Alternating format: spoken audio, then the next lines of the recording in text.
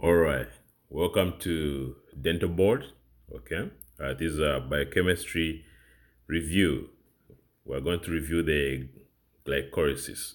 All right, so glycolysis has to be understood because this is a process which helps us produce energy. It happens in both cells which have mitochondria and also cells which don't have mitochondria. This is a major pathway in mammals, okay, in fungus. Okay, so you have to understand that this is the main process that we produce energy initially, whether aerobic or anaerobic. There is the first review, okay, glycolysis 1, 2, and 3. Make sure you review them in order. So you go to 1 first, 2, and then 3. But however, if you this is just a refresher course for you, then you can go ahead and review this course just to refresh your memory. Okay. All right. So here we're going to discuss the three major factors which control the flow of intermediates through glycolysis. Okay. And these three major facts is number one is the requirements for ATP. Okay. So you have to have the need for ATP in order for the glycolysis to move forward. And number two point that you need to understand, okay, is the requirement for biosynthetic precursors, okay, and we are going to see that biosynthetic precursors to produce ATP, okay, and the other one is availability of blood glucose. All right, this pathway is called glycolysis, meaning the breakdown of glucose. So if you don't have glucose, it's going to be very difficult for you to actually undergo glycolysis. So you have to produce glucose first. If you don't have any available glucose in blood, then you have to break down some kind of fat, some protein, and convert that to glucose in order to undergo glycolysis. So you have to understand those simple points. Okay. This biochemistry is not difficult. You just have to understand that this is the reason we eat. We eat to and our what we're eating is converted to glucose, and that glucose is going to form ATP, which is the energy currency of our body. Okay, that's what we need. All right. So now let's break it down. So what are the general principles which govern the control of metabolic pathways? Okay. So metabolic pathways are essentially governed by irreversible reactions. Okay. And these irreversible reactions, okay, are the key points or the key sites for regulation to control how much ATP is formed. Okay. So in glycolysis, there are three irreversible points of regulation. And you have to understand these points if you are going to take any kind of exams. Okay. So the number one key point is the hexokinase reaction. Okay. So you eat food, and this food is converted to glucose in blood. The glucose enters the cell, okay, and inside the cell, the hexokinase enzyme is going to take ATP, okay, and add a phosphate. It's going to take a phosphate from ATP. Remember, ATP has three phosphate, so it's going to take ATP from, I mean, a phosphate from ATP and put it on the glucose, and this is going to form glucose 6 phosphate. The 6 does not mean that this glucose has 6 phosphates. No, it means that the the phosphate has been added to the number 6 carbon of glucose. Remember, glucose is a six carbon molecule. All right. So that's number one regulatory point. Number two, a very important regulatory point is the phosphofructokinase reaction. Okay. This is a very important reaction. Make sure you understand this reaction. Okay. Move this one down here. And so you have to understand irreversible reactions are key regulatory points. So number three regulatory point is the pyruvate kinase reaction. All right. So whenever you see kinase, all right. So biochemistry and the names of the enzymes is very simple if you understand what the enzymes do. So kinase add phosphate to its substrate. Okay. So pyruvate kinase reaction forms pyruvate. Okay. So and these three are irreversible reactions that you have to know. Okay. All right. So let's break them down. All right. So the most important site, okay, the most important site for glycolysis regulation in mammals is the phosphofructokinase reaction. Okay. Remember, this phosphofructokinase reaction, okay, it used because as I told you, kinase add ATP to its substrate. Okay, so the phosphofructokinase enzyme uses ATP to add another phosphate to fructose 6 phosphate, and this produces fructose 1,6 bisphosphate. Remember that. Okay, remember this reaction. Very, very important reaction. All right. And this reaction is inhibited by high concentrations of ATP.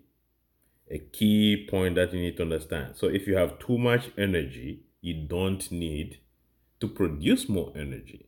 All right. So what happens is if you have too much, after you have produced too much ATP, that too much ATP is going to block or to inhibit phosphofructokinase. So therefore, you are not going to produce any more ATP. All right. So this is a key regulatory point. All right.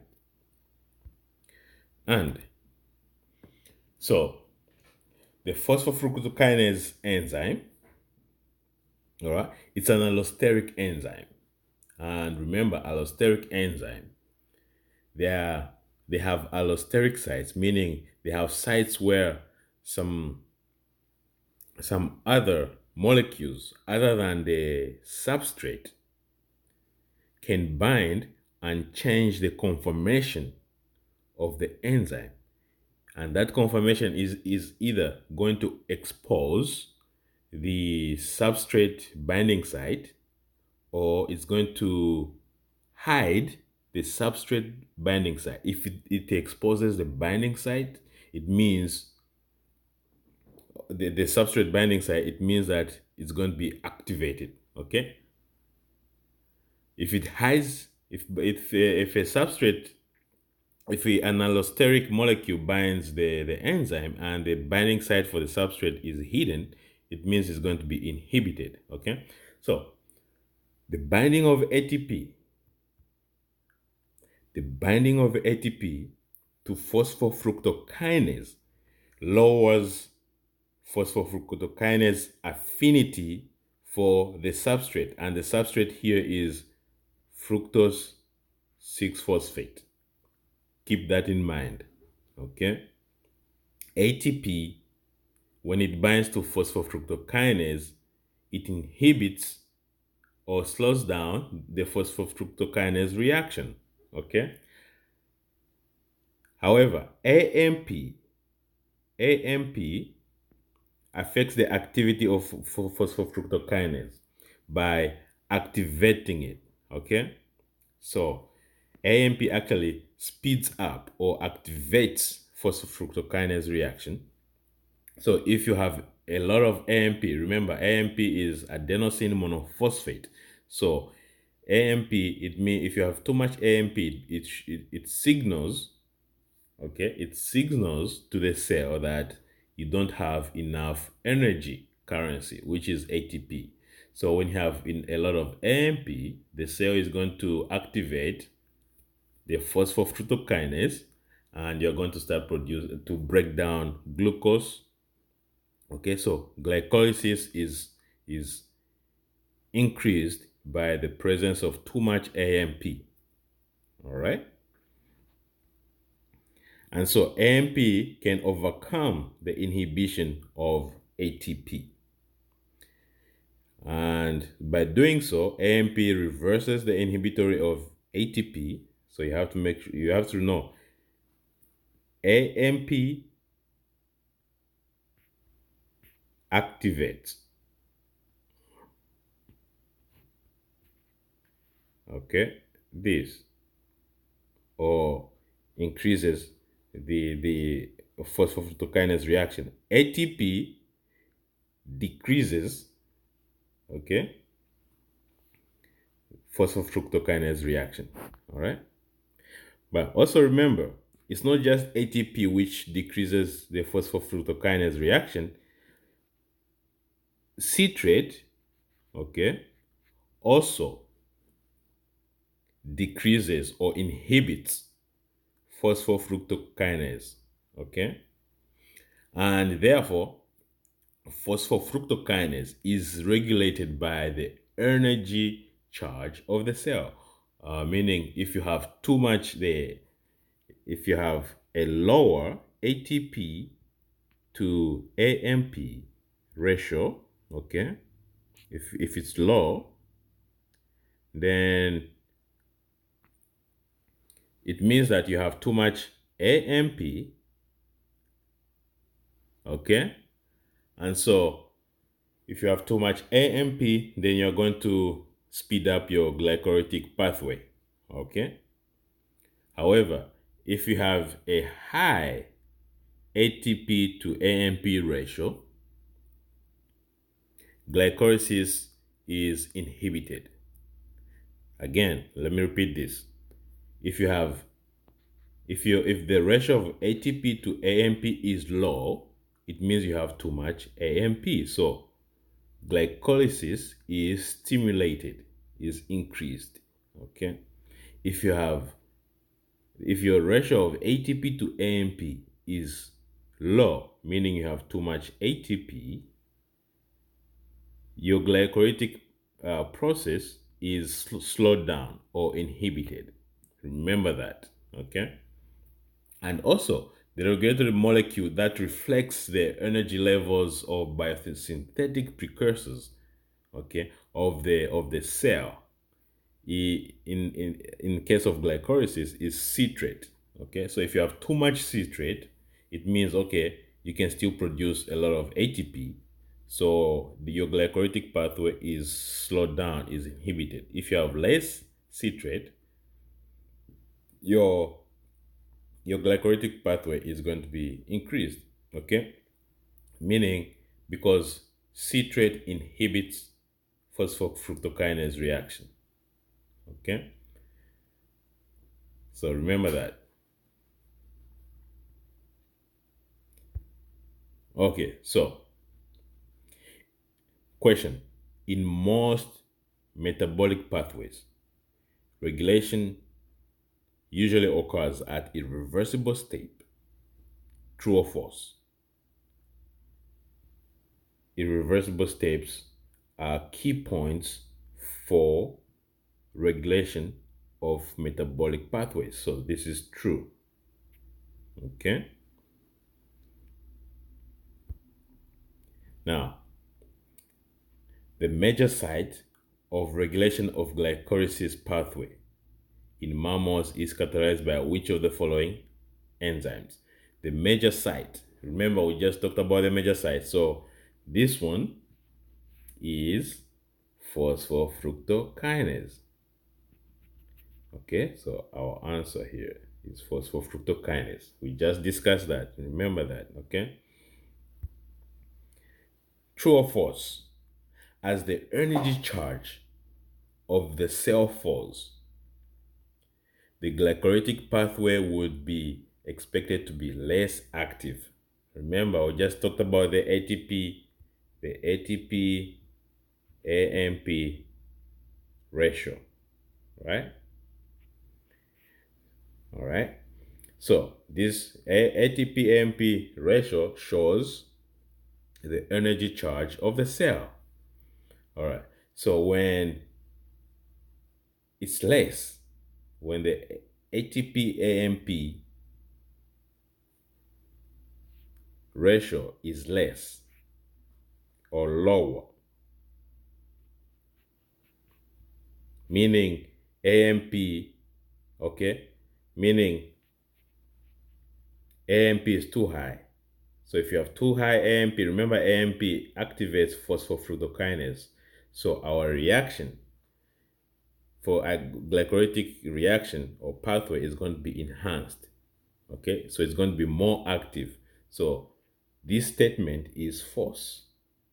Okay, make sure you review this and understand this. Okay, because these are common questions that or common principles that the exams like to answer to ask. So you have to know this. Okay, all right. So this is the end of our review. All right. Remember, we have glycolytic review one, two. This is a third one. If you are good at biochemistry and are just reviewing, okay, you can go straight and review number three. Otherwise, you have to go to number one, two, and three. Okay. And number four is coming. So subscribe, like, and share to receive notification on the new lectures when they are posted. Okay. I wish you all the best in your exam. If you have any questions, please don't hesitate to comment. Okay, we'll be available to answer any questions that you have. Good luck and have a nice day.